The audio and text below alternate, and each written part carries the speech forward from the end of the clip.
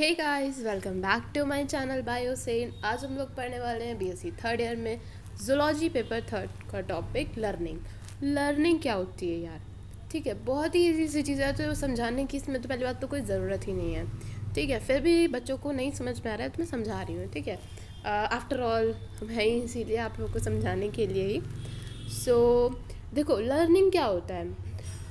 यहाँ पे लिखा हुआ है मैंने, learning is a process through which life experiences leave their mark on an individual.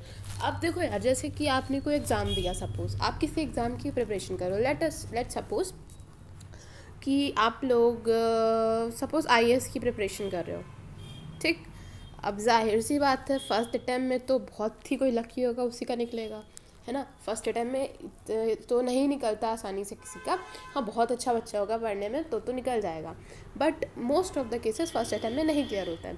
तो क्या होता है, फर्स्ट अटैम्प्ट में आपने सपोज दिया, आपका क्लियर नहीं हुआ, तो अब आपने उससे क्या सीखा कि आपने उसमें क्या गलती की थी, कहाँ पे आप लैक कर रहे थे, जो कि आप अब आगे वो चीज़ गलती ना रिपीट करो। तो ये क्या हुआ, आपने सीखा अपनी गलतियों से, ये एक तरह की लर्निंग ही तो हुई, है ना। तो ये सारी चीज़ें आप लोग लिख सकते हो, आप लोग डेली लाइफ एक्सपीरियंस अपना दिमाग लगा के वो एज एन एग्जाम्पल अपनी बायो में यूज़ कर सकते हो। सिर्फ यही नहीं, हर जगह यूज़ कर सकते हो, और इस तरह से आपको खुद का अपना कंटेंट मिलेगा, किसी का कॉपी नहीं होगा। ठीक है, रट्टू तोता नहीं होगे।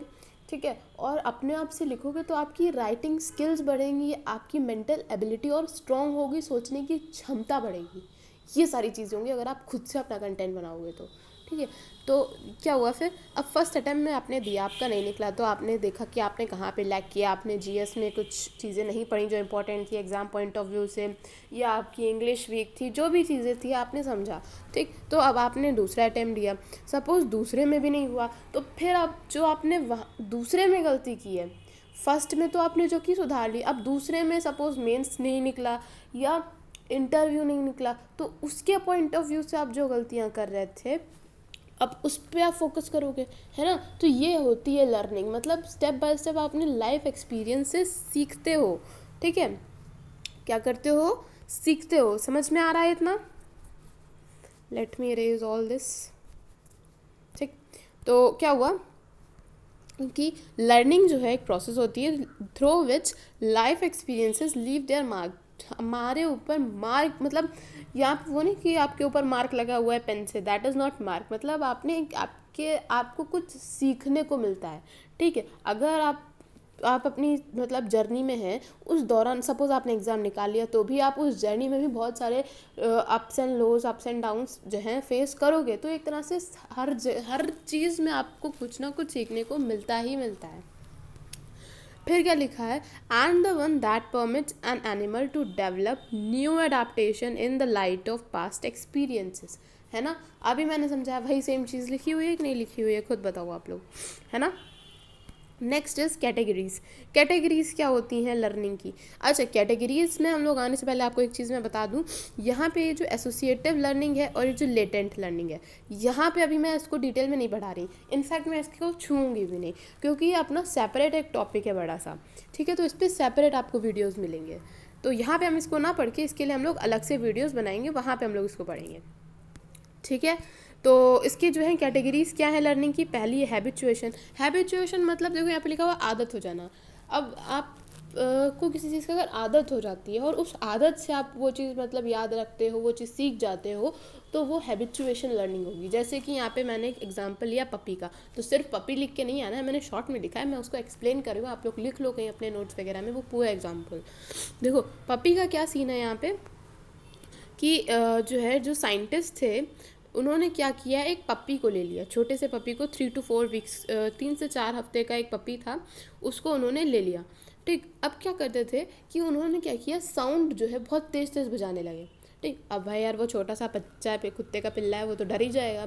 तो ऐसा उन्होंने पहली बार किया तो वो बहुत डर गया, कांपने लगा। दोबारा किया तो वो डर गया।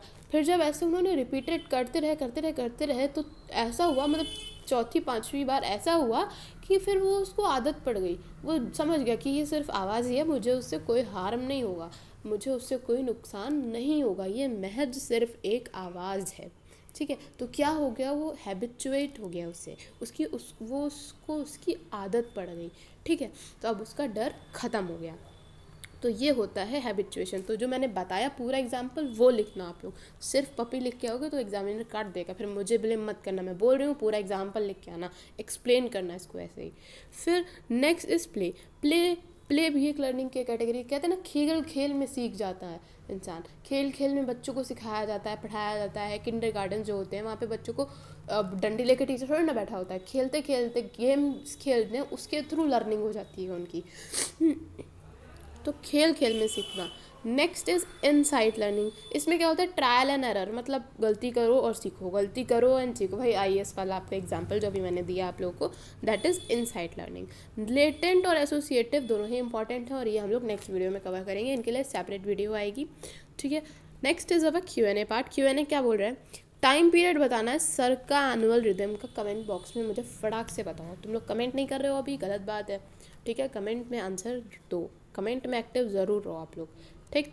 तो होप सो लर्निंग क्या होता है समझ में आया होगा, कैटेगरीज ऑफ लर्निंग समझ में आई होंगी। बाकी जो कैटेगरी हैं जो कि इंपॉर्टेंट है एग्जाम पॉइंट ऑफ व्यू से और सभी जगह पूछी जा सकती हैं, मतलब शॉर्ट में भी पूछी जा सकती हैं, लॉन्ग में भी पूछा जा सकता है, तो ये हम लोग इसको अलग से कवर करेंगे।